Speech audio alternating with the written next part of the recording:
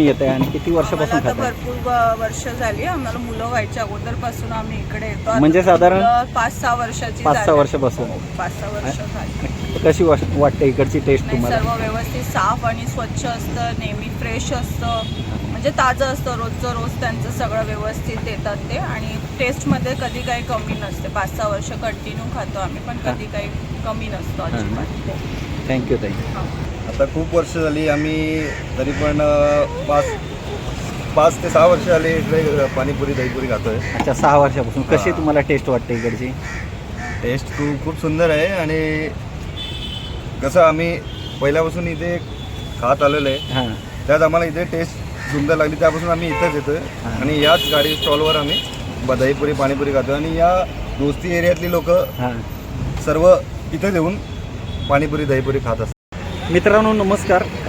आत्ता आपण आहोत वसईला आणि हा जो रस्ता बघताय तुम्ही तो विराई गावामध्ये. तर आपण आत्ता आलेलो आहोत. इथे आपल्या एका दादांची कार्ट आहे, छोटंसं स्टॉल आहे आणि त्याचं नाव पाहू शकता, मराठा पाणीपुरी भेळपुरी सेंटर म्हणून. ठीक आहे. तर आपण त्यांचा व्यवसाय कसा चालला आहे आणि त्यांच्या व्यवसायाचं प्रमोशन करण्यासाठी आलेलो आहे. तर चला बघूया आपण की त्यांचा व्यवसाय कसा चाललेला आहे आणि काय काय करतायत ते. दादा नमस्कार. नमस्कार. अच्छा, काय नाव दादा आपलं? माझं नाव किरण कोंडाळकर. किरण कोंडाळकर. हां, दादा किती वर्षापासून इथे व्यवसाय करताय? आता 9 ते 10 वर्ष झालं मी इथे व्यवसाय करतो. अरे वा, 10 वर्षापासून याच ठिकाणी तुम्ही व्यवसाय करताय. आणि हा पाणीपुरी हा स्टॉल ते मेन रोडला होता. अच्छा आता जरा रोडचं काम झालं त्यामुळे आतमध्ये आलं. अच्छा, म्हणजे रोडचं काम चालू होतं त्यामुळे तुम्ही आतमध्ये घेतलेलं आहे. हां, तर हा पाणीपुरी व्यवसायाची कशी काय कल्पना सुचली तुम्हाला? पाणीपुरीचा व्यवसाय म्हणजे आता आयुष्यभरात इकडे तिकडे कामच करत बसलोय. हां 10वी नंतर डॉमिनोज पिझ्झामध्ये काम करत होतो. हां. मग ते झाल्यानंतर कंटाळून थकलो जॉब करून करून. डॉमिनोज पिझ्झामध्ये काम करत होता. मग तिथे काय काम करत होता? तेच पिझ्झा वगैरे बनवायचो, डिलिव्हरी करायचो. अच्छा, डिलिव्हरी बॉयचं काम हां. करायचं. मग तिथे कंटाळा आला. ते ते किती वर्ष केलं? 3 वर्ष केलं. ते हां. काय प्रमोशन देऊन मग ट्रान्सफर करतात, हां. त्यामुळे कंटाळलो. हा काय. मग त्यामुळे बोललो स्वतःच काहीतरी करूया म्हणलं. अच्छा, मग व्यवसायच करायचं कसं विचार केला? नोकरी विक्री करायचा विचार नाही केला? नाही तर लहानापासून शिक्षण सोडून नोकरीच करत होतो. आणि नंतर मग जसं कळायला लागलं तसं मग काम करता करता मग नोकरी पण शिक्षण पण पूर्ण केलं. हां. असं आहे. तर आता मला सांगा की आपला जो चॅनल आहे त्याच्या थ्रू आमचा प्रयत्न असतो, असे तुमच्यासारखे लहान लहान जे उद्योजक आहेत ओके. व्यवसायामध्ये नवीन नवीन येत आहेत, तर त्यांचं आम्ही प्रमोशन करत असतो आणि हां. प्रयत्न करत असतो की त्यांचा व्यवसाय वाढला पाहिजे. ठीक आहे. बरोबर. वर्षापासून हा व्यवसाय करताय म्हणजे खूप चांगल्या व्यवस्थितरित्या तुम्ही चालवतात. तर बरोबर. तुमच्याकडून लोकांना एक प्रेरणा मिळते की आपण पण व्यवसाय करू शकतो. तर आता मला एक सांगा की तुम्ही आता ही गाडीवर व्यवसाय करतात, कधी असं वाटलं नाही का की मोठं दुकान घेऊन करावा विरावा?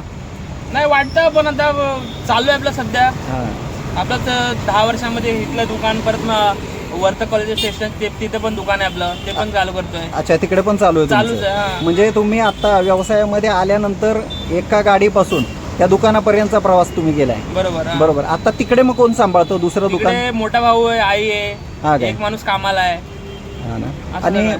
आम्हाला एक सांगा की मराठी तरुणांना व्यवसायामध्ये येण्यासाठी तुम्ही काय सांगाल? नोकरी करावी का व्यवसाय करावा, काय नाही, त्यांना मी सांगाल? एवढंच सांगू इच्छितो चॅनलच्या माध्यमातून हां.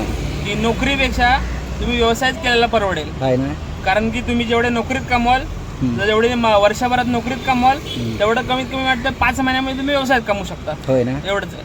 आणि नोकरीमध्ये कसं तुम्हाला शेटची हे काय बोलतात त्याला, चाकरी करायला चाकरी लागते, करायला आजी करायला आजी लागते. करायला लागते, सुट्ट्या भेटत नाही. बरोबर. काय असेल तर नोकरीमध्ये कसं आपल्याला जेव्हा पाहिजे तेव्हा आपण सुट्टी पण घेऊ शकतो आणि 24 तास आपण काम करून मेहनत करून 24 तास पैसा कमवू शकतो. एकदम बरोबर. नोकरीमध्ये कसं 8 तास आपल्याला पैसा कमवायचा आहे. बरोबर. व्यवसायामध्ये आपण 24 तास पैसा कमवू शकतो. एकदम एकदम. एवढं असंच आहे. तर इकडचं आपल्या शॉपचा टायमिंग तुमचा काय असतो? शॉपचा टायमिंग आहे 3:30 ते 10. संध्याकाळी 3:30 ते रात्री 10 पर्यंत. 10 पर्यंत. अच्छा. आणि मग सकाळी काय करता तुम्ही? सकाळी हेच ह्याची तयारी असते चालू. कानांना मात्र काहीच कळत नव्हतं. बरोबर. आल्यानंतर हळूहळू मला जे कस्टमर आहेत आपले, हा. आणि जास्त करून माझ्याकडे 95% आपले सगळे मराठी कस्टमर इकडे. होय होय. मग ते बरोबर. टेस्टचं जशी बदल करायला सांगायला लागले तसं तुम्ही कस्टमरना बदल. आपापल्या व्यवस्थित सांगितलं. नंतर मग हळूहळू बदल करत मी ह्यातला मास्टर झालोय. हा, अच्छा. हा. मग हे शिकलात कसं तुम्ही स्टार्टिंगला? कुठलं? हे भेळपुरी पाणीपुरीचं हे गणित सगळी? चटणी म्हणा ते हळूहळू नाही, मी हॉटेलमध्ये कसं जेवण पण बनवायचं ना. अच्छा, मध्ये पहिले हा. तुम्ही हॉटेलमध्ये जेवण पण करायचं. आणि पिझ्झा, डॉमिनोज पिझ्झा मध्ये पण सगळं बनवायचं मी. हा हा हा, मला सगळं थोडं नॉलेज आहेच त्यातलं. बरोबर. म्हणजे तुम्ही जेवण विवण करणं हा प्रकार पहिल्यापासून तुम्हाला हा, आवडतो. आवड आहे, बरोबर. काय. मग इथे आता मला एक सांगा, तुम्ही 2 सेक्टर लावलेले, इथे पाणीपुरीचं पण आहे आणि इथे आय थिंक बघू शकतो आम्ही भेळपुरीचं पण आहे. मग हे दोन. संध्याकाळी काय होतं माहितीये का, इकडे 6 वाजले ना हा. की एवढी गर्दी लागते ना की मला एकट्याला हँडल होत नाही. म्हणजे बरोबर. ह्या सेक्शनला माझी बायको सांभाळते, अच्छा. त्या सेक्शनला मी सांभाळतो. अच्छा, असं मग होतं. ताई आणि तुम्ही मग दोघं जण असले की मिळून मोर हँडल व्यवसाय. होते. अच्छा, असं आहे. ठीक आहे. आणि इकडचा प्रॉपर ॲड्रेस काय सांगाल दादा? प्रॉपर ॲड्रेस आहे टेला पेट्रोल पंप हां, अपोजिट किनी ऑर्किड, मराठा पाणीपुरी सेंटर. अच्छा, मराठी पाणीपुरी सेंटर.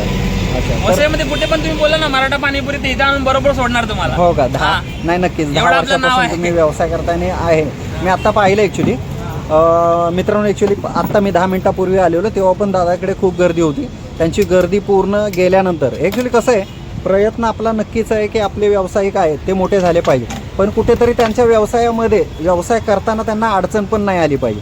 मग लोक सगळे गेल्यानंतर आपण दादांचा हा व्हिडिओ करत आहोत. तर बघूया आता दादा आपल्याला काय बनवत आहेत ते.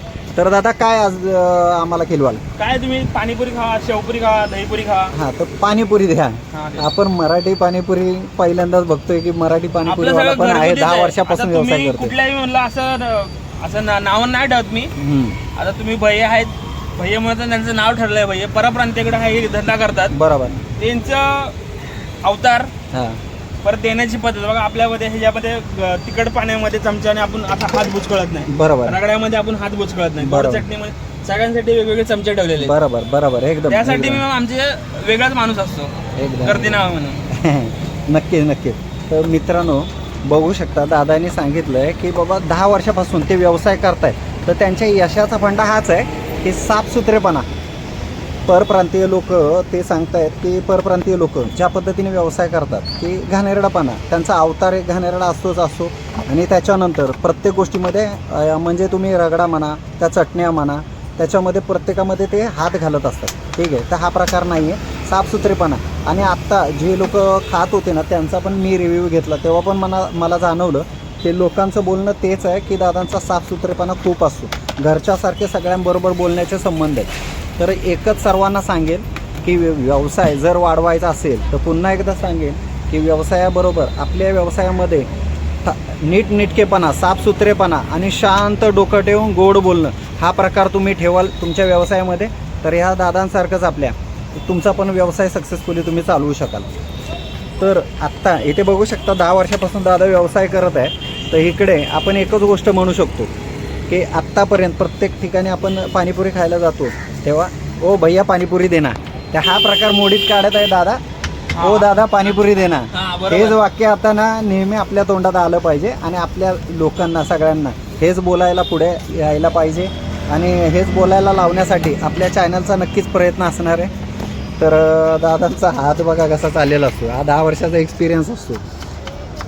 सगळ्या गोष्टी फटाफट फटाफट. आज ॲक्च्युली ताई नाही आहेत, त्या आजारी असल्यामुळे दादा दोन्ही सेक्टर म्हणजे पाणीपुरीचं आणि भेळपुरीचं हे दोन्ही सेक्टर दादा एकटे सांभाळत आहे.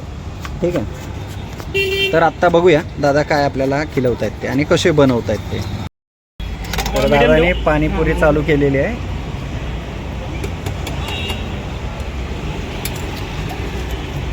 तर खरंच दादा एकदम अप्रतिम आहे टेस्ट, हे अप्रतिम खरंच. धन्यवाद धन्यवाद. मी आत्तापर्यंत पाणीपुऱ्या खाल्ल्या, उगाच खोटी खोटी म्हणून स्तुती करणं नाही आहे, पण खरंच छान आहे. आणि मित्रांनो ॲक्च्युली खरंच सांगेल तुम्हाला, पाणीपुरीची ही दादांची जी चव आहे एक नंबर आहे आणि 10 वर्षापासून करतात. खरंच आहे, हळूहळू त्यांनी बदल करून एक प्रॉपर एक चव मेंटेन केलेली आहे आणि खूप छान आहे, खूपच छान आहे. तर मी या आपल्या व्हिडिओद्वारे सगळ्यांना सांगेल आणि आवाहन करेन की आपला दादा मराठी आहे, त्यांना जास्तीत जास्त सपोर्ट करा. आणि नालासोपारा, वसई, विरार ह्या पट्ट्यामध्ये जे राहणारे आपले मराठी लोक आहेत त्यांनी जास्तीत जास्त असे आपले लहान लहान उद्योजक आहेत यांना अशाच स्टॉलवर येऊन येथे भेट देऊन त्यांचा प्रयत्न करायचा आहे आपण की त्यांचा व्यवसाय तो वाढीसाठी कुठेतरी आपण मदत करू शकू. तर दादांचा नंबर पण आपण देतो आहे. दादा मला एक सांगा, घरगुती जेवणाच्या पण ऑर्डर घेता असं मला कळालेलं तुम्ही? हां, जेवणाच्या ऑर्डर घेतो. जेवणाच्या पण ऑर्डर घेतात, तर त्याच्यामध्ये काय काय देता? व्हेज, नॉन व्हेज सगळं हा, टोटल. सगळं तर मंडळी ॲक्च्युली दादा आहेत ते 25-50 माणसांच्या जेवणाच्या घरगुती ऑर्डर पण घेतात. तुमच्या सहलीबिलीसाठी तुम्ही जात असाल आणि त्याच्यासाठी तुम्हाला जेवण किंवा नाश्ता विष्टा काही लागत असेल तर दादा तुम्हाला देऊ शकतील. तर दादा लोकांनी तुम्हाला कॉन्टॅक्ट करावं त्यासाठी कोणता नंबर द्याल? तुमचा कॉन्टॅक्ट नंबर द्याल. माझा नंबर आहे 99 99 67 67 96 96 9001. 9001. तर दादांचा नंबर तुम्हाला दिलेला आहे. पुन्हा एकदा सर्वांना विनंती करेन आणि कळकळीने सांगेन की जास्तीत जास्ती लोकांपर्यंत आपल्या दादांचा हा व्हिडिओ पोचवा, जेणेकरून इकडे आपले राहणारे लोक असतील मराठी ते दादांच्या स्टॉलवर येऊ शकतील आणि आपला मराठी माणूस आहे जो व्यवसायामध्ये उतरला आहे त्याचा व्यवसाय वाढीसाठी आपले प्रयत्न लागतील. तर पुन्हा एकदा सांगेन जास्तीत जास्ती शेअर करा आणि आपल्या चॅनलला सबस्क्राईब करा. तर भेटूया पुन्हा एकदा अशाच एका व्हिडिओमध्ये आपले लहान लहान व्यावसायिक आहे त्यांच्या व्यवसायाचे प्रमोशन करण्यासाठी. तर नमस्कार दादा, नमस्कार.